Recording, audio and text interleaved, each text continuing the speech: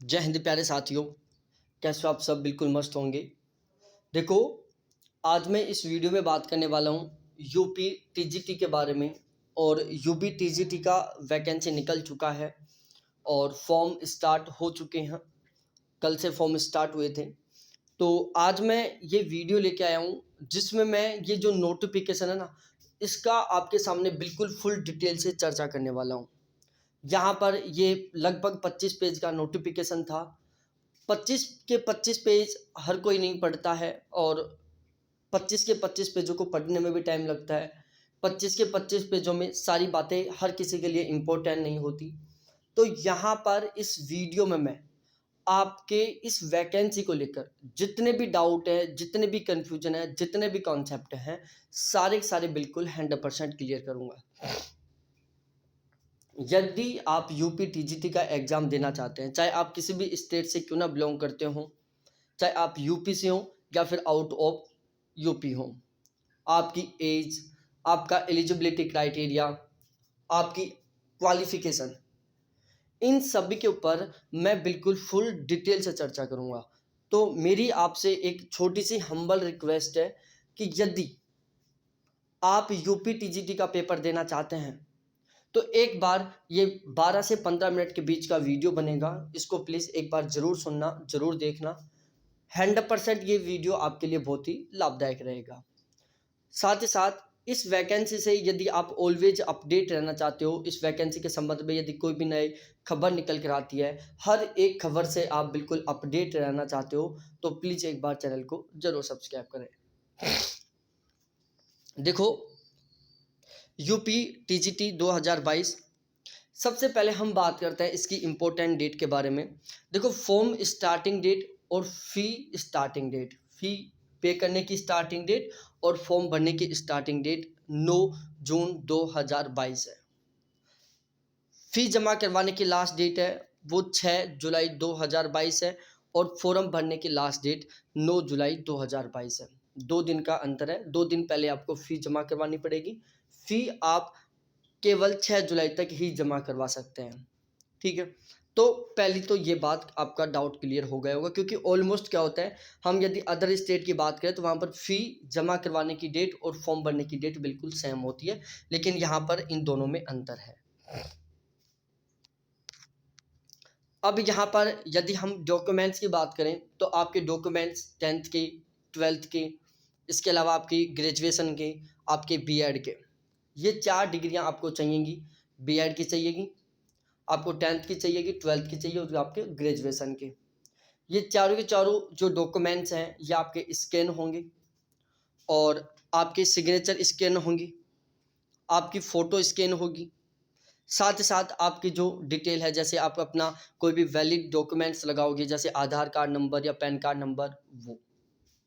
तो ये 5-6 डॉक्यूमेंट्स चाहिए आपको, 10th, 12th, ग्रेजुएशन और इसके अलावा बीएड।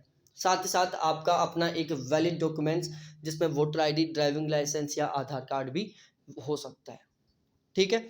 साथ ही साथ देखो, डॉक्यूमेंट्स में नेम को करेक्शन को लेकर कोई प्रॉब्लम है तो आप उसको चेंज करवाएं। तो ध्यान रहे, जैसे आपका आधार कार्ड में नाम गलत है और बाकी डॉक्यूमेंट्स में आपका नाम सही है, तो आप कोशिश करें कि यहाँ पर जो अपना वैलिड डॉक्यूमेंट्स लगा रहे हैं उसमें आप आधार कार्ड मत लगाएं। आधार कार्ड के अलावा आप वोटर आईडी, ड्राइविंग लाइसेंस का यूज कर सकते हैं। अब देखो, फ़ोटो के बारे में मैं बताऊँ, यहाँ पर आपकी फ़ोटो अपलोड होगी। तो फ़ोटो के संबंध में भी कुछ यहाँ पर इंस्ट्रक्शन दिए हुए हैं। जैसे अभ्यर्थियों को अपना रंगीन फ़ोटो होना चाहिए। पहला तो कलरफुल फ़ोटो होना चाहिए। फ़ोटो की साइज़ 3.5 सेंटीमीटर चौड़ा होना चाहिए, 4.5 सेंटीमीटर लंबा होना चाहिए।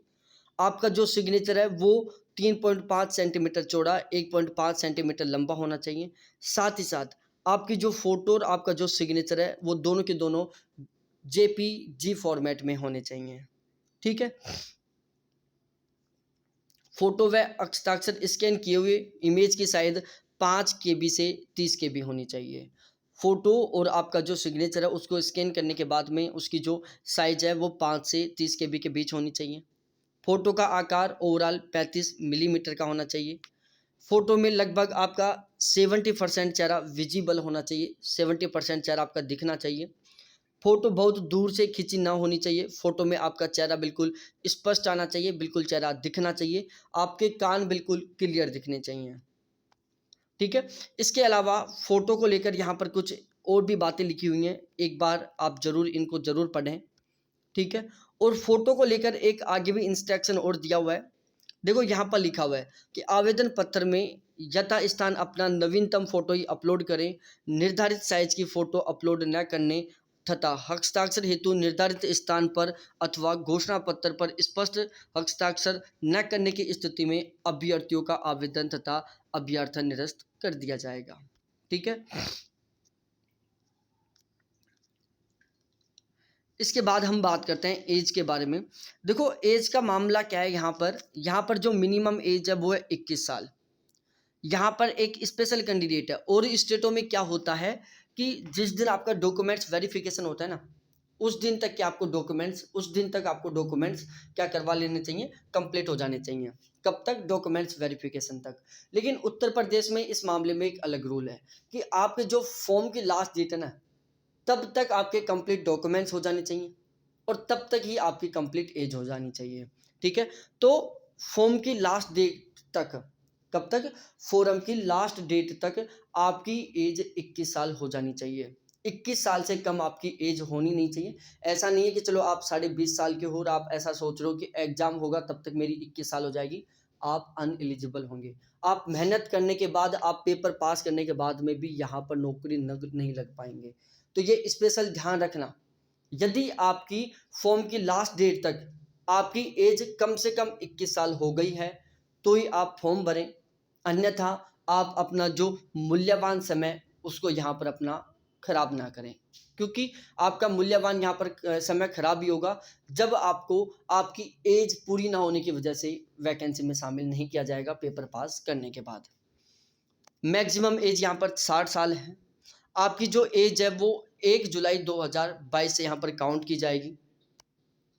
इसके अलावा देखो यहाँ पर जो अदर स्टेट के कैंडिडेट है ना, उत्तर प्रदेश के अलावा जिस भी स्टेट के कैंडिडेट हैं, वो चाहे फिर किसी भी कैटेगरी के हों, सभी को यहाँ पर जनरल में काउंट किया जाएगा। किस में काउंट किया जाएगा? जनरल में काउंट किया जाएगा।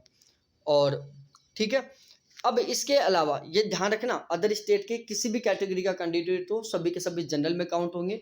उनकी एज भी जनरल में काउंट होगी, उनका एजुकेशन क्वालिफिकेशन भी जनरल में काउंट होगा, उनका फॉरम फीस भी जनरल के अकॉर्डिंग लगेगा, उनका कट ऑफ भी रिजल्ट भी जनरल के अकॉर्डिंग निकलेगा।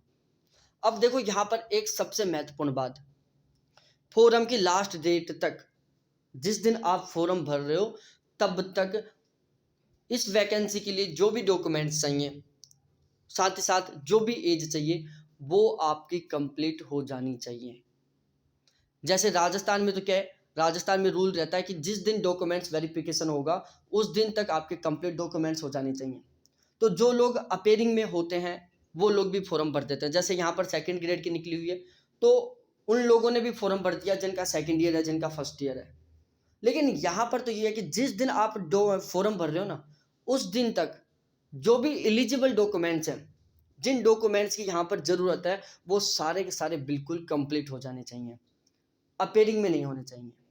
ठीक है? तो ये ध्यान रखना, यदि आपकी बीएड कंप्लीट हो गई है तो ही फॉर्म भरें।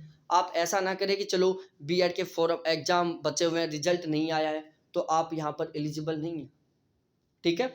आपका बीएड कंप्लीट है, आपकी कंप्लीट 21 साल एज हो गई है तो ही आप फॉर्म भरें। आप यहाँ पर वैसे गड़बड़ ना करने की कोशिश करें।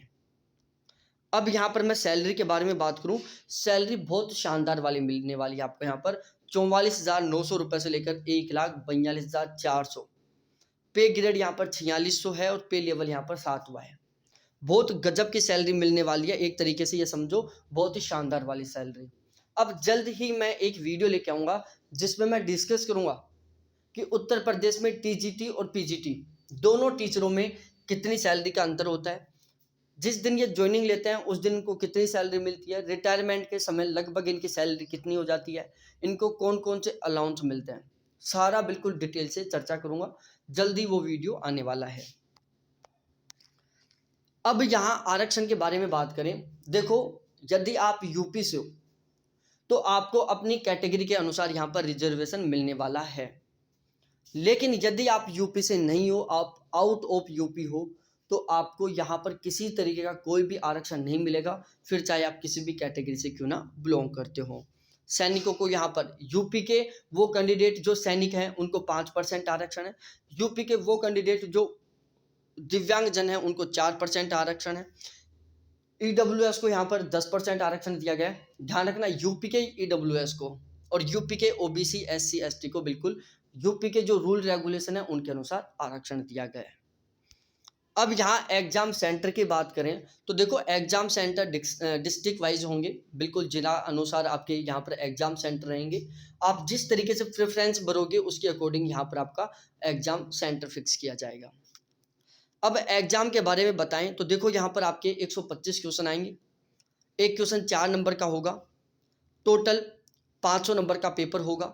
एक क्वेश्चन 4 नंबर का, टोटल 125 क्वेश्चन, टोटल 500 नंबर का पेपर, 2 घंटे का आपके पास टाइम रहेगा। एमसीक्यू टाइप के क्वेश्चन आएंगे और सबसे खास बात यहाँ पर आपको 125 के 125 क्वेश्चन करना अनिवार्य रहेगा। क्यों? क्योंकि यहाँ पर नेगेटिव मार्किंग नहीं है, मतलब यहाँ पर आपका तुक्का भी काम आएगा। ये एक यहाँ पर पॉजिटिव पॉइंट है। अब यहाँ पर फीस के बारे में बात करें तो देखो आप किसी भी कैटेगरी से बिलोंग करते हो, आप इस वीडियो को पॉज करके रोक कर आप अपनी कैटेगरी वाइज देख सकते हो कि आपकी यहाँ पर टोटल फीस कितनी लगने वाली है। ठीक है, टोटल ये आपकी फीस लगने वाली है। ध्यान रहे अदर स्टेट के कैंडिडेट सभी जनरल में काउंट होंगे। उसके बाद ये फोटो के बारे में बता दिया। अब देखो यहाँ पर अनुसूचित जाति, अनुसूचित जनजाति, अन्य पिछड़ा वर्ग, आर्थिक रूप से कमजोर वर्ग, स्वतंत्रता संग्राम सेनानी के आश्रित, भूतपूर्व सैनिक, विकलांग जो उत्तर प्रदेश राज्य के मूल निवासी नहीं है, उन्हें आरक्षण का लाभ अनुमन्य नहीं है। ऐसे अभ्यर्थी सामान्य श्रेणी में माने जाएंगे। महिला अभ्यर्थियों के मामले में पिता पक्ष से निर्गत जाति के प्रमाण पत्र ही मान्य होंगे। ध्यान रखना, जो महिलाएं ना उनका जो पिता पक्ष है ना, और पिता पक्ष के अकॉर्डिंग जो डॉक्यूमेंट्स है ना वो ही मान्य होंगे। यहाँ पर ध्यान रखना, यदि कोई राजस्थान की लेडीज यूपी में शादी कर ली तो उसके जो डॉक्यूमेंट्स है ना वो उसके पापा के डॉक्यूमेंट्स लगेंगे, ना कि ससुर के डॉक्यूमेंट्स। तो पापा के डॉक्यूमेंट्स के अकॉर्डिंग उसको कैटेगरी मानी जाएगी उसकी। ठीक है, तो जो लेडीज अदर स्टेट की है लेकिन उसने यूपी में शादी की है तो वो भी यहाँ पर जनरल में ही काउंट होगी। जो अभ्यर्थी केंद्र या राज्य सरकार की सेवा में सेवारत हैं, वे अपने सेवा योजक से अनापत्ति प्रमाण पत्र प्राप्त कर लेंगे, जिससे मांगे जाने पर चयन बोर्ड को प्रस्तुत करना होगा। प्रारंभ में अनापत्ति प्रमाण पत्र आवश्यक नहीं है, परंतु इस आधार पर विलंब से प्राप्त आवेदन पत्रों को कालाबाधित माना जाएगा। ठीक है, तो ये वो कैंडिडेट हैं जो ऑलरेडी गवर्नमेंट जॉब में है। अब यहाँ पर एलिजिबिलिटी ये है, नंबर ऑफ टोटल पोस्ट आपने सबने देख लिया होगा। ठीक है, तो आप अपने सब्जेक्ट वाइज कैटेगरी वाइज देख सकते हो कि यहाँ पर टोटल किस सब्जेक्ट में कितनी पोस्ट है। ये हैं ओवरऑल सभी के लिए, बालक वर्ग के लिए, और ये हैं बालिका वर्ग के लिए। ठीक है, ये बालिका वर्ग के लिए यहाँ पर। अब हम बात करें एलिजिबिलिटी के बारे में। देखो यहाँ पर यदि आप लगोगे तो 9वीं से 10वीं, 9वीं और 10वीं क्लास के टीचर बनोगे आप। ठीक है, क्योंकि टीजीटी लेवल की वैकेंसी है तो 9वीं 10वीं क्लास के टीचर बनोगे आप। अब यहाँ पर देखो एलिजिबिलिटी में क्या क्या है, आप सब्जेक्ट वाइज भी देख सकते हो। ठीक है, यहाँ पर सब्जेक्ट वाइज भी मेंशन किया गया है, लेकिन मैं एक कॉमन सा बता दूं, आपकी 10th 12th ग्रेजुएशन और बीएड, ओवरऑल एक शब्द में कहूँ आपकी बीएड कंप्लीट होनी चाहिए।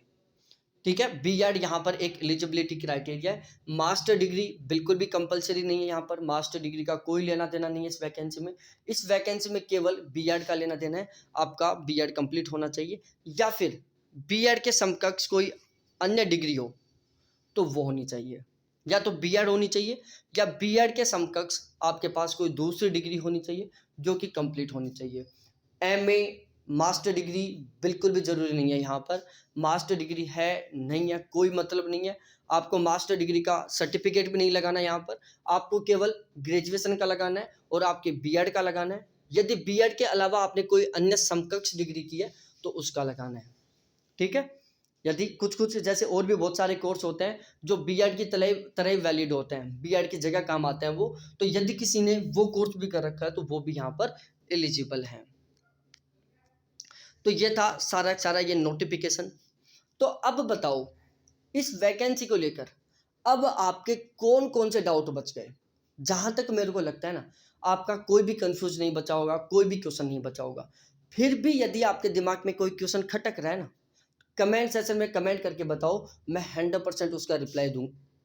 और अभी तक आपने चैनल को सब्सक्राइब नहीं किया तो प्लीज़ एक बार चैनल को भी सब्सक्राइब कर दो, वीडियो को लाइक कर दो और अपने जितने भी दोस्त हैं, जितने भी दुश्मन हैं, सभी के साथ शेयर कर दो। बहुत बहुत धन्यवाद आपको देखने के लिए। Thanks, bye.